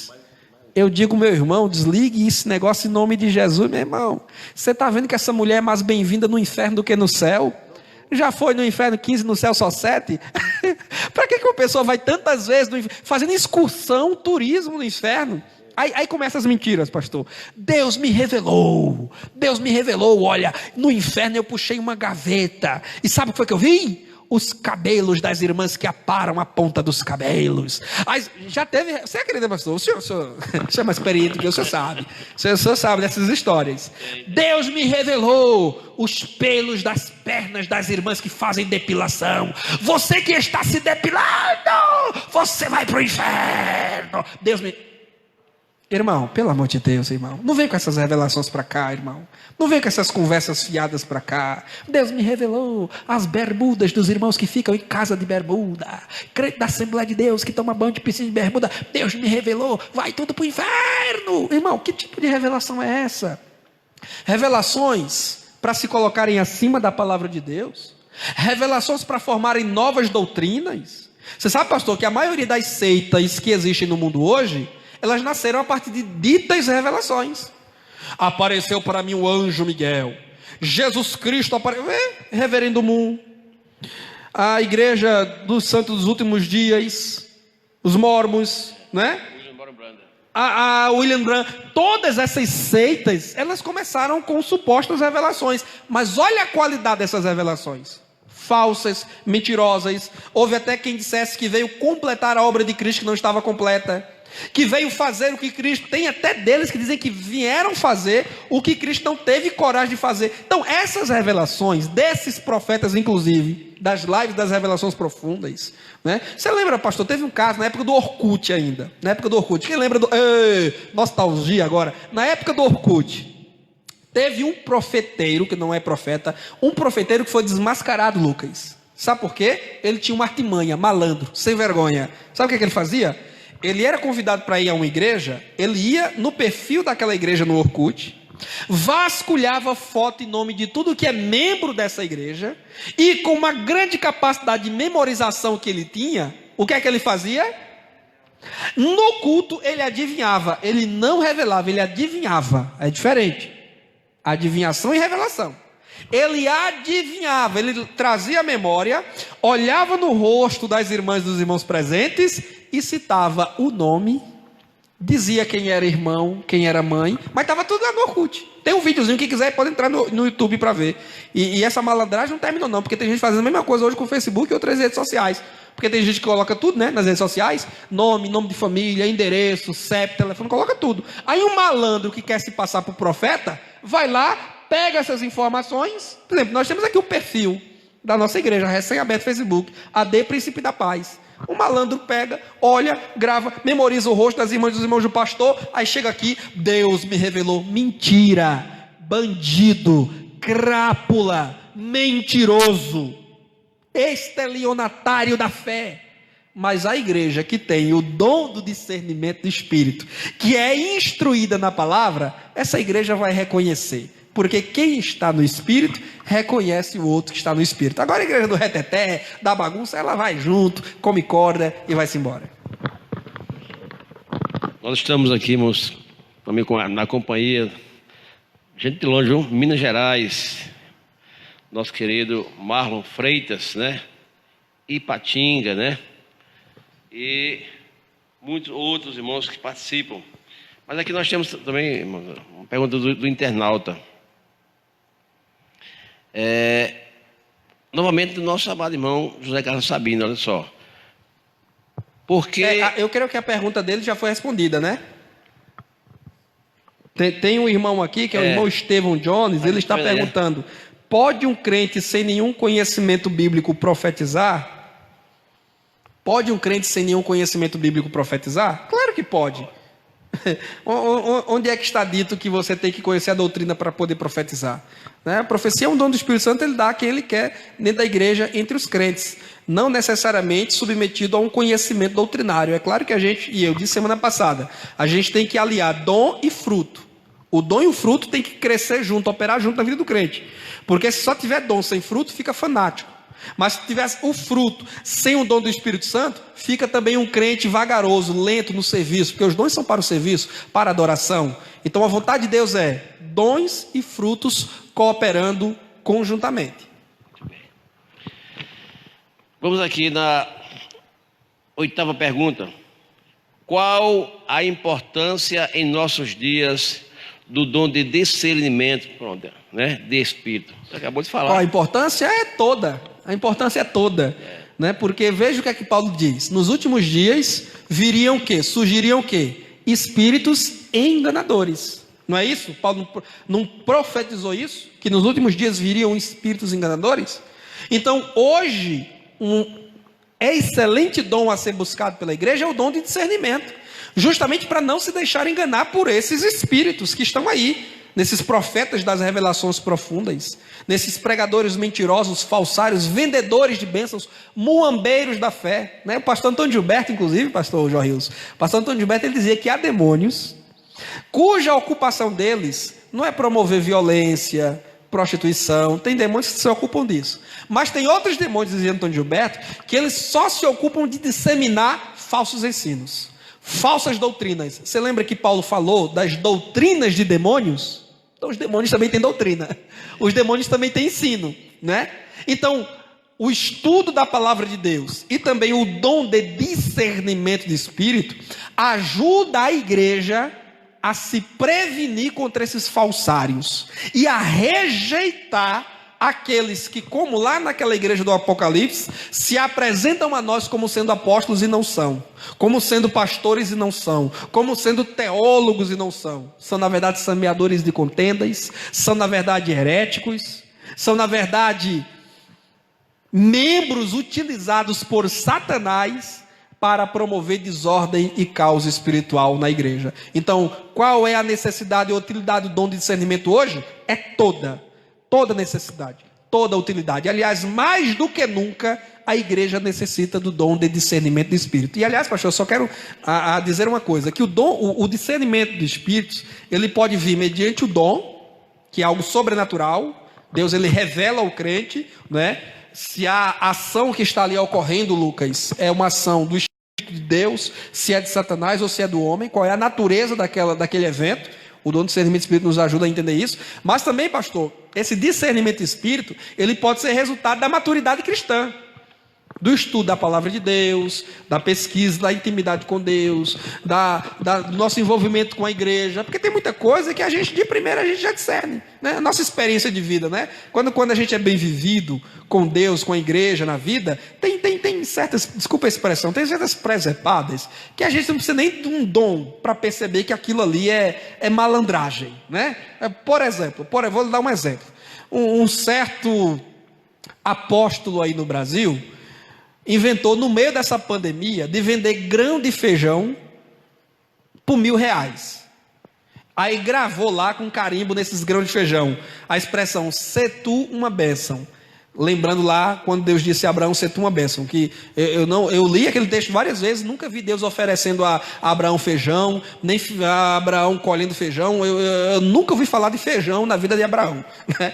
Mas esse apóstolo pegou o grão de feijão, colocou "se tu uma bênção", mostrou a plantinha de feijão quando ela nasce, nos primeiros ramos e nas primeiras folhas, que são justamente as duas metades do caroço feijão, aparece lá na plantinha o nome "se tu uma bênção". Aí ele pegou, fez isso para vender.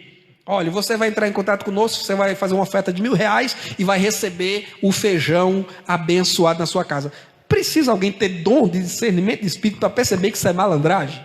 Que isso é trambicagem?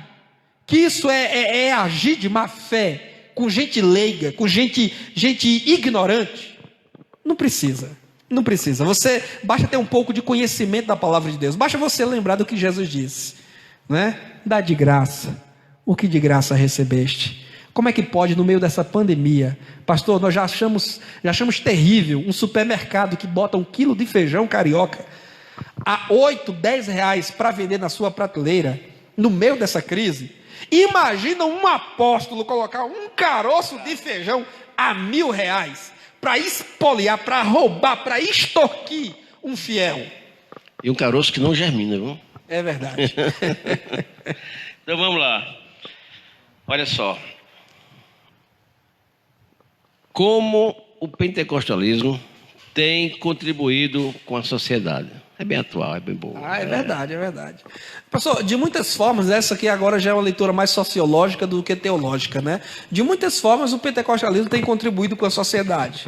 E eu vou destacar a maior de todas as contribuições. Esse trabalho espiritual. As igrejas pentecostais, o pentecostalismo movido pelo amor, né, que é a maior virtude, ressalto, nós temos feito boas obras, boas ações até de caridade para com as famílias necessitadas. Por exemplo, nossa igreja Assembleia de Deus em Campina Grande, não é? Já fez arrecadação de muitas toneladas, eu nem lembro agora de cabeça quantas, mas muitas toneladas de alimentos a nossa igreja arrecadou durante esse período de pandemia para doar para famílias carentes, para famílias necessitadas. Então essa contribuição social a igreja tem dado, e não é de hoje não é de longas datas a igreja tem feito isso. Mas a maior contribuição da igreja é essa recuperação moral e espiritual da sociedade. Onde uma igreja pentecostal chega, as portas do inferno, elas estremecem. Elas sentem o peso deste povo, como diz o Indarpa cristã, esse que surge um povo forte, revestido de poder, que não teme nem a morte quem a ele pertence. 340. Onde a igreja pentecostal chega, pastor, prostitutas largam a prostituição, drogados largam as drogas, casamentos são restaurados, famílias são restauradas. E nós pentecostais, pastor, inclusive nós, com a abstinência de bebidas alcoólicas que nós pregamos, né? Isso é típico, isso na verdade é um bom, inclusive, irmãos, olha, você tem falado muito de usos e costumes das redes sociais. Eu vou dizer que esse é um bom costume das igrejas pentecostais. Graças. E que as igrejas pentecostais devem preservar, pastor. Especialmente nesse país onde o alcoolismo tem promovido violência doméstica, violência no trânsito. Olha aí quantas pessoas morrem todos os dias vitimadas no trânsito por conta de motoristas que dirigiram seu carro, pilotaram sua moto sob o efeito álcool. Mas as igrejas pentecostais, desde muitos anos, Assembleia de Deus desde sempre, até porque nós somos herdeiros do metodismo wesleyano, e o wesleyanismo pregava abstinência também, e nós pregamos abstinência, né? Nenhuma pessoa será vitimada no trânsito por um motorista pentecostal sob efeito de álcool, a não ser que ele esteja desviado. Mas se ele estiver em comunhão com a igreja, bater carro por conta de embriaguez, ele nunca vai bater. Ele nunca vai ser para a sociedade. Ele nunca vai dar festinha que vai ser bagunça na sua casa e polícia vai ter que vir, olha, a despesa, olha o gasto público. A polícia vir para acabar a festinha, regada a bebida, a cerveja. Não, a igreja pentecostal ela não promove isso. A igreja pentecostal, o pentecostalismo contribui com uma ressocialização de presos. Nós temos igrejas tradicionais históricas evangelizando os presídios, temos, mas muito mais igrejas pentecostais. A nossa igreja Assembleia de Deus aqui em Campina Grande, nós temos um trabalho permanente, tanto no presídio de Campina Grande quanto no albergue. Nós temos um trabalho que é feito semanalmente de evangelização. E quantos, pastor, não já se converteram dentro dos presídios e saíram de lá para serem membros, batizados nas águas e também do Espírito Santo em nossas igrejas? Nós temos, e hoje são músicos na igreja, são obreiros na igreja, são bons maridos, são bons filhos para suas mães, para seus pais. Então a igreja pentecostal, ou o pentecostalismo de modo geral, ele tem dado essa contribuição para a sociedade. Por exemplo, você chega em qualquer cidadezinha, grande ou pequena do Brasil, você vai ver lá uma igreja pentecostal, geralmente uma igrejazinha azulzinha, com o nome Assembleia de Deus. E aqui não vai nenhum elogio à nossa própria Assembleia de Deus. Não, mas é o fato. Sociologicamente esse é o fato. Nas favelas, nós não somos um povo elitista. Aliás, o pentecostalismo nasceu entre as classes mais pobres da sociedade, né? Veja onde começou o pentecostalismo aqui, assembleiano, né? Com Daniel Berg e Gunnar Wingren. Região norte do Brasil. Pará, claro que naquela época, tudo bem, Belém naquela época era um grande centro urbano, certo? Mas olha, Norte e Nordeste foram os dois grandes eixos onde o pentecostalismo assembleiano nasceu e cresceu no Brasil. Depois é que foi para o Sul e Sudeste, as regiões mais abastadas, mais ricas, desde sempre em nosso país. A maioria do povo pentecostal é um povo humilde. É um povo simples. Nós temos doutores aqui, temos advogados, promotores, nós temos professores universitários, engenheiros, arquitetos. Nossa mocidade tem aí, estudado aí nas universidades, temos. Mas a maioria do nosso povo ainda é um povo simples, um povo humilde. Um povo das classes ali, C, D, E ou abaixo disso. Entendeu? Aonde tem uma favela, um morro, uma comunidade, a igreja pentecostal não faz questão, porque nós não somos elitistas. Nós vamos lá. Porque essas vidas, Jesus também morreu por elas. Tirar jovens das drogas. Trocar, e aí tem uma imagem muito linda do David Wilkerson, que foi um pregador pentecostal norte-americano, imagem muito bonita, eu já compartilhei ela no meu Facebook. Evangelizou uma gangue nova-iorquina da década de 50, que era liderada por Nick Cruz, a gangue dos mau-maus. E aí o Wilkerson, pregador fanzino, assembleiano, com muito amor, evangelizou, correndo risco de morte, porque o próprio Nick Cruz havia ameaçado David Wilkerson de morte. Mas o Wilkerson não arredou o pé, orando, evangelizando, ganhou o jovem Nick Cruz para Jesus. E aí tem uma foto que é muito bonita, ela é histórica. O que é? É Nick Cruz, um jovem negro, olha que interessante, no meio desse clima hoje onde se discute a questão do racismo. Nick Cruz, um jovem negro, líder de uma gangue que vivia depredando patrimônio público, matando gente, roubando, entregando o seu bastão de beisebol com que ele havia depredado muitos anos patrimônio público, ameaçado pessoas e ferido pessoas, ele entregando esse ao David Wilkerson, e o David Wilkerson entregando a Nick Cruz uma Bíblia. Como que dizendo, você me entrega a sua ferramenta, que você não vai precisar mais dela, e eu estou lhe dando agora a sua nova ferramenta, que você vai usar para o resto da sua vida, a Bíblia Sagrada, a Palavra de Deus. Nick Cruz, hoje, é um dos maiores missionários no mundo. Hoje ele já está um senhor já de idade, imagina, década de 50 para cá, deve estar aí com 80 anos ou mais, mas pregando, ganhando almas para Cristo. David Wilkerson, que o ganhou para o Senhor, já morreu, 2011, se não me falha a memória, já morreu para o Senhor, mas deixou a semente plantada, e a semente cresceu na verdade, e está frutificando muito. Esse é só um exemplo ilustrativo do que é o pentecostalismo. O pentecostalismo entrando nos becos, nas bocas de fumo, nas favelas, nos presídios, nos hospitais. Sim, nos hospitais, levando um pouco de refrigério para pessoas doentes. Essa também é uma contribuição que o pentecostalismo dá à sociedade, não é? Quantas pessoas enfermas foram curadas no hospital pela oração de um pastor, de uma irmã, de uma campanha visitadora? E aqueles que não foram curados foram consolados em meio à sua dor, uma palavra de ânimo, uma palavra de fé, uma palavra que produziu vida, que para além da cura do corpo, concedeu cura ao espírito e à alma, e permitiu essas pessoas terem ingresso para a eternidade. Olha aí, a gente tem muitos psicólogos nos hospitais, aconselhando, apoiando, ajudando as pessoas? Não tem tantos, não tem, mas pessoas sem formação na área da psicologia, mas formadas pelo Espírito Santo, na melhor das psicologias, estão lá levando uma palavra de consolo. Então olha aqui em quantas frentes de trabalho, pastor, o pentecostalismo tem atuado para ajudar a sociedade. E uma última contribuição que eu quero fazer questão de ressaltar: o pentecostalismo tem contribuído para a educação no Brasil, para a formação cultural. Olha aqui, cada crente pentecostal que se converte, na igreja católica não é assim, entre os pentecostais cada crente que se converte na igreja pentecostal recebe logo uma Bíblia de presente. E quantos foram alfabetizados lendo a Bíblia? O senhor conhece histórias assim como eu conheço, gente que não sabia ler nem escrever, aprendeu a ler lendo a Bíblia Sagrada. Isso é uma contribuição para a sociedade, sim ou não? Sim, porque uma pessoa que sabe ler será um cidadão melhor, vai poder exigir seus direitos, contribuir melhor com a sociedade.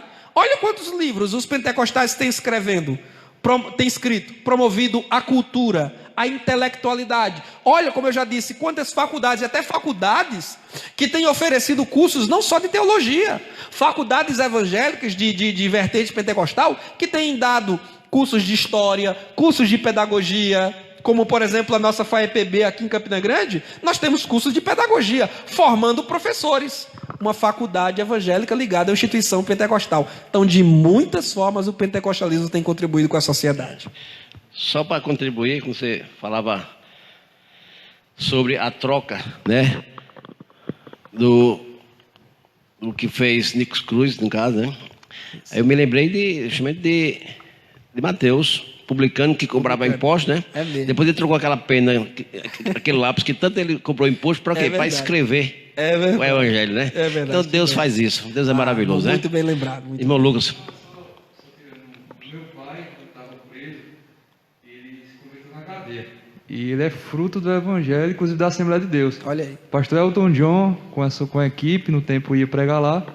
Inclusive ele mandou uma mensagem para mim hoje falando que tinha mudado de vida, que estava feliz. E assim, eu tenho na minha família um fruto, né? E é gratificante falar isso num assunto tão importante como esse. Amém. Graças a Deus. Deixa eu fazer aqui a última pergunta. Muito bem. Dessa aqui. Que palavra deixar agora, nesse tempo difícil, para o povo pentecostal? Que palavra deixar, né? Para os nossos irmãos pentecostais. Bem, eu vou dizer, como dizia o apóstolo Paulo, e aqui eu quero fazer questão de ler esse texto, pastor. Carta de Paulo aos Efésios, capítulo 5. Inclusive, a carta aos Efésios é a carta que nós estamos estudando esse trimestre na escola dominical.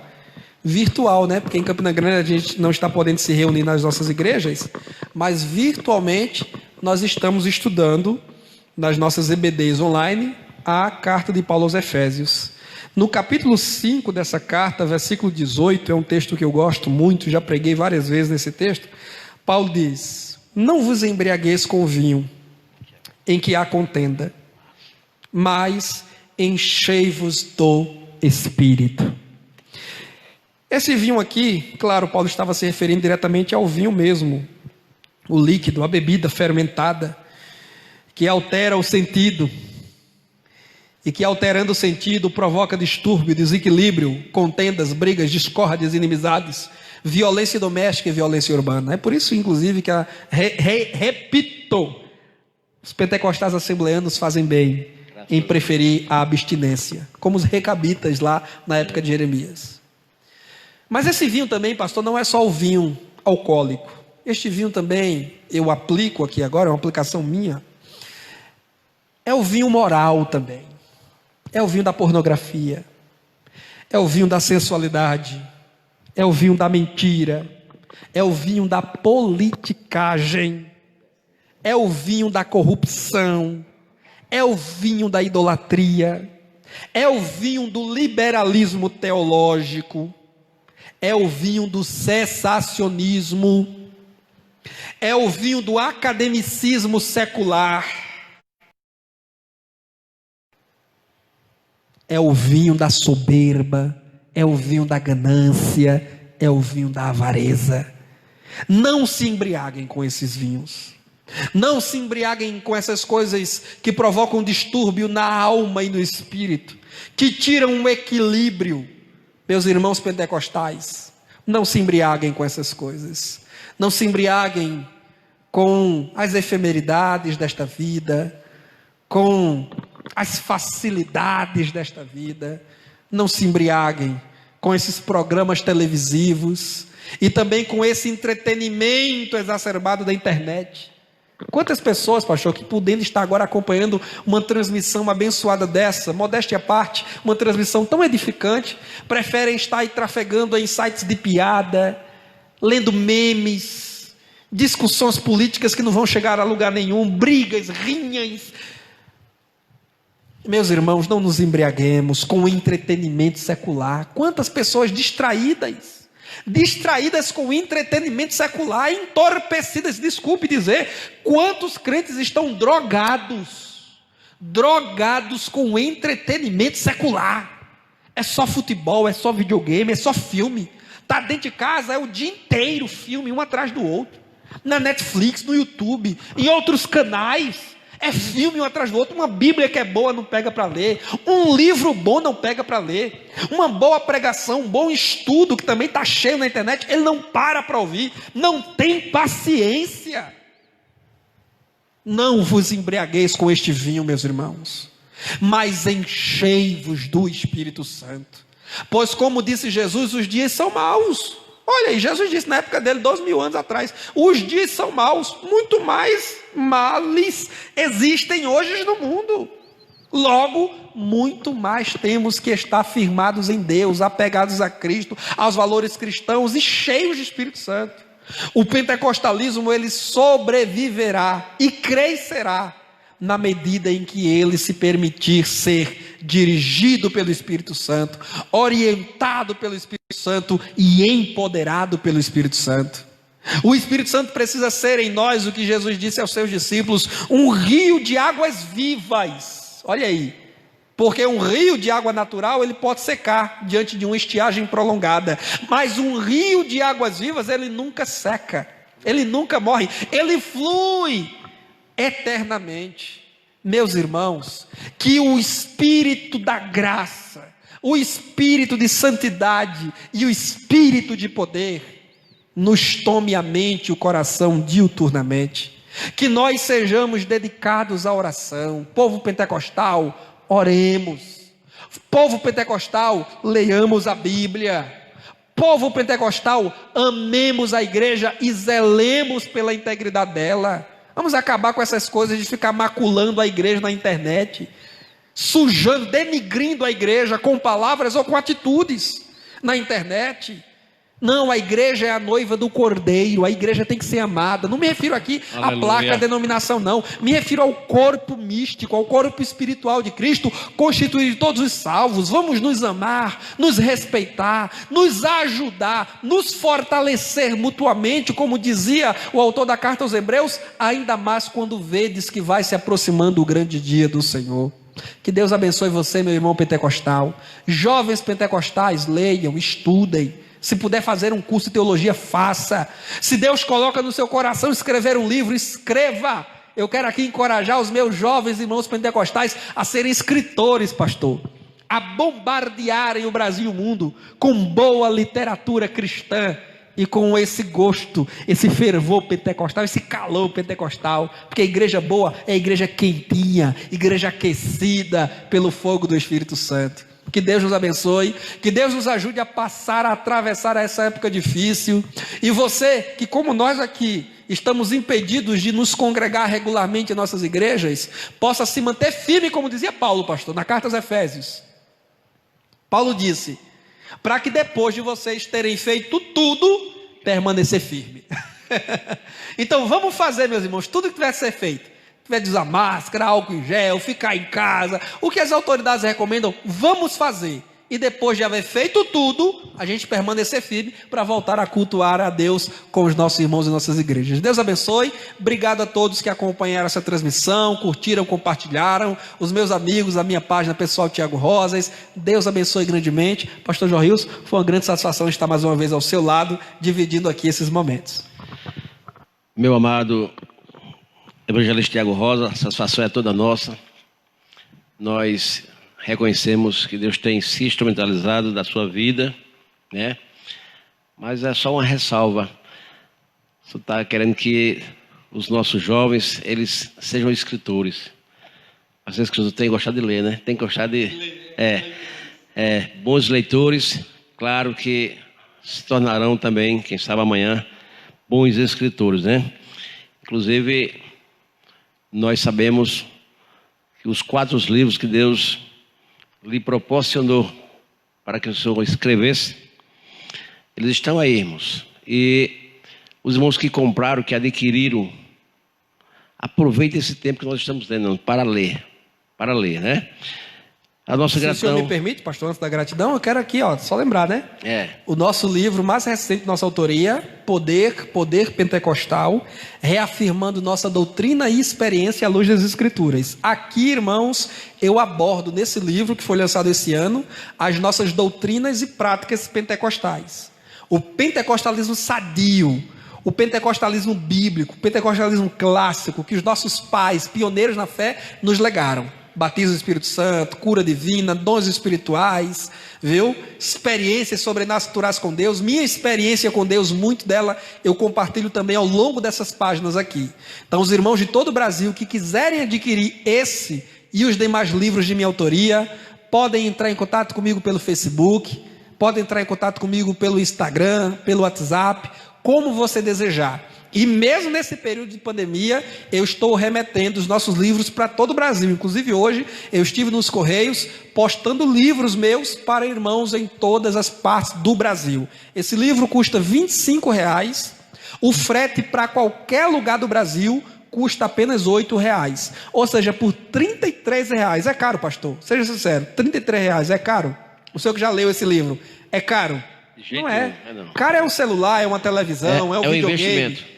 R$33 apenas, pagando via depósito, transferência, boleto ou cartão de crédito, só não compra quem não quer. Você vai receber esse livro em sua casa, para você ou para você presentear quem você ama. E aprender o pentecostalismo bíblico, genuíno, que nós vivemos e pregamos.